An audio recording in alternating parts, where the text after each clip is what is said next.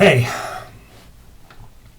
if I asked you to define what you think the word spirituality means, we probably get a lot of different answers. But it seems to me that some people think of spirituality as the quest to find a special state of consciousness where all suffering stops, where there is no discontent, total harmony. And I think that's a great misstep to think that that sort of thing is attainable, and even to think that it's desirable. So I'm going to talk about a funny story from my past where I attained that state of consciousness for a time. Now, this has nothing to do with spirituality, but it does indirectly. So anyway, I'll just tell you the story. I was in my mid-20s and I had to go to hospital to get circumcised. Nothing serious except the fact that there is a condition that affects some men in that the foreskin is too tight. I'm probably giving too much detail here, but what the hell. The foreskin is too tight, and so it has to go. If you want to have any sort of comfortable sex, that is. It hadn't mattered to me up to that point in my life because I'd been a good Christian boy. I hadn't been having any sex. So, anyway, there I was in the hospital and they doped me up to put me under. They did the operation. And the interesting thing happened after I woke up in the bed, in the ward. So anyway, I took a look at the wound and it looked terrible. It looked absolutely terrible. If I had been in my right mind, it would have made me think, because I have the memory of what this looked like. I mean, what was left of the skin on my penis was horribly swollen. And it should have really made me think, oh no, did something go wrong with the operation? What happened? Is this supposed to be like this? It should have had all that emotion connected to it. But it didn't. And bear in mind, the whatever chemicals they injected me with were still in my brain chemistry. You know, they were still having an effect. So my only emotional reaction was one of mild curiosity. I was completely and utterly at peace with the fact that my penis looked like it had been demolished, right? It didn't matter. I just was vaguely curious for a few moments and then I just continued doing nothing, you know? And I remember, you know, I was going to have to spend the rest of that evening and the whole night in hospital, doing nothing, just lying there in bed. I didn't even have so much as a book with me to amuse myself.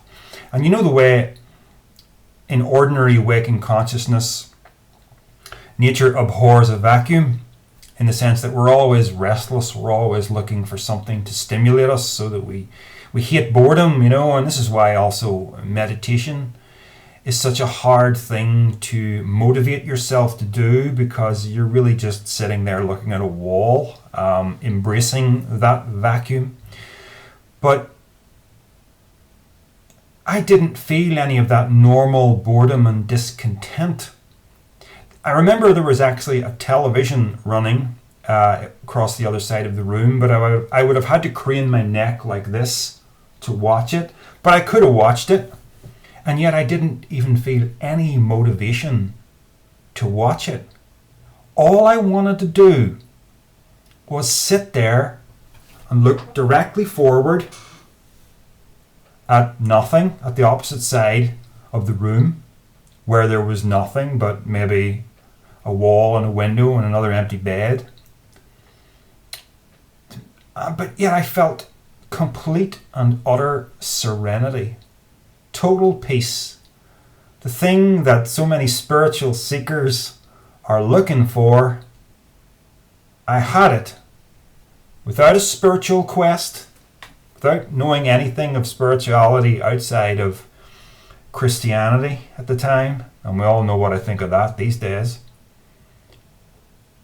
I had attained the thing that so many people are striving for, and what did it do for me?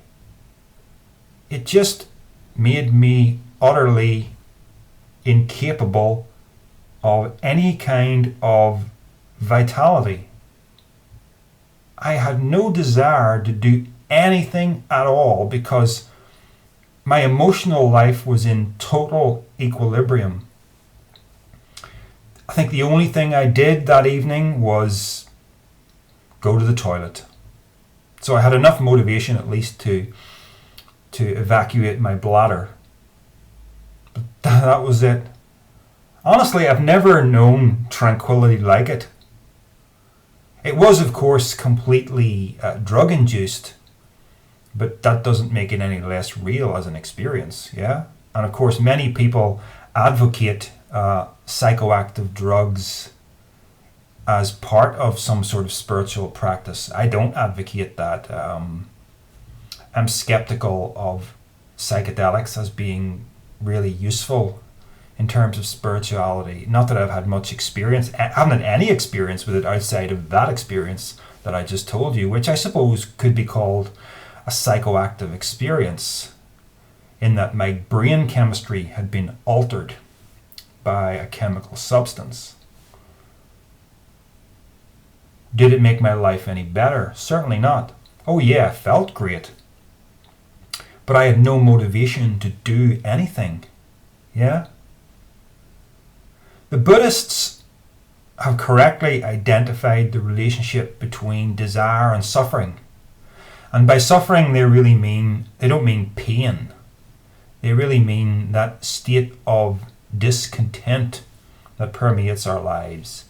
The feeling of unsatisfactoriness, if I can use that sort of a word.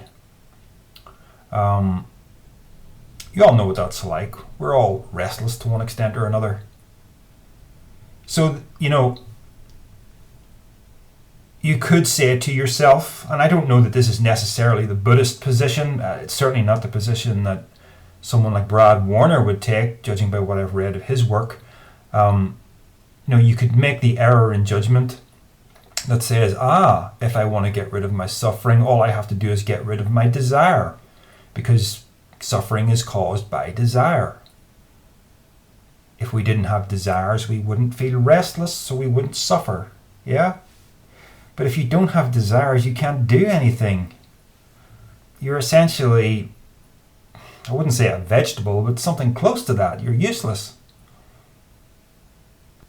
Dan Harris, in his book 10% Happier, after dabbling in meditation, he talks about how this was having a negative effect on his career because he lacked the sort of motivation. He's a big, supporter of meditation, but one of the negative effects of too much of it was he just was losing his edge with his job. Lacked motivation to do things that he used to do. So, too much contentment is a bad thing. That's kind of what I'm getting at here. You don't really want this thing you're looking for.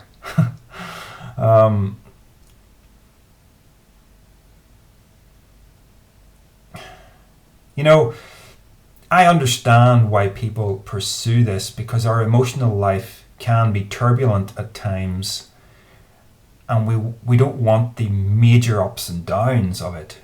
So I get that, but I'm not saying that we should give up on any sort of spiritual practice. Clearly, there are better and worse states of consciousness to be had in life, and that's what makes spirituality something worthwhile to pursue. I mean, my life is definitely more serene as a result of the whole non-duality thing that I've come to terms with. But my emotions are not completely flat. I'm way more comfortable with the idea that I'm going to die one day than I ever was in the past. I look at life in a much more playful way now. So I don't have any big, serious ambitions. I understand that my ego is something illusory. So I'm not trying to build it. I'm not trying to support it and turn it into this thing, because this is another thing about the ego. If you're all about ego fulfillment and ambition, you have to face the fact that the thing you're building is ultimately going to betray you by perishing. Yeah, so why build it? It's not going anywhere other than death. So learn to lighten up and just enjoy life and not worry too much about ambition. So life is more relaxing for me, but I still have things that I want to do. Like, if you've been on my channel recently, you'll have noticed an interest in computer programming that has developed over the past year. I don't really think I did anything to stimulate that. It's just something that happened, and I went with it, and I enjoyed it, and I'm continuing to enjoy it. And again, there's desire raising its head. I feel the urge to do something. I feel the desire, and I do it, and then the brain gives off some kind of message that makes me feel more fulfilled or more content for having done that. I think that's maybe, that hobby of mine, the computer programming hobby, it's maybe not a great example, but a simple example is you feel hungry. That hunger is a negative feeling. It's urging you towards action. So you get the desire to eat, and you eat, and the hunger is fulfilled. And you no longer suffer in that way. Temporarily, of course, because the hunger returns. And that's, I think, what's important to realize, that this is constantly fluctuating. So a sensible thing to do is to understand that you're going to have desires, you're going to have suffering, but you can find a middle ground here. I guess the best way to put this is to say, learn not to desire so much. I mean, if I really wanted loads of money, I could work like crazy to get loads of money, so I could buy a flashy sports car or whatever. That's probably an example of learning to desire less. I should ask myself, what's this sports car going to do for me? Is it really going to fulfill me any more than I'm already fulfilled or unfulfilled? No, it's not. So you manage your desires. If you don't have the desire for the sports car, you don't suffer the lack of the sports car. So I like a simplified life of simple pleasures, simple desires, simple sufferings. Yeah? But don't fall into the trap of thinking that there's a special, separate state of consciousness where there just is no suffering.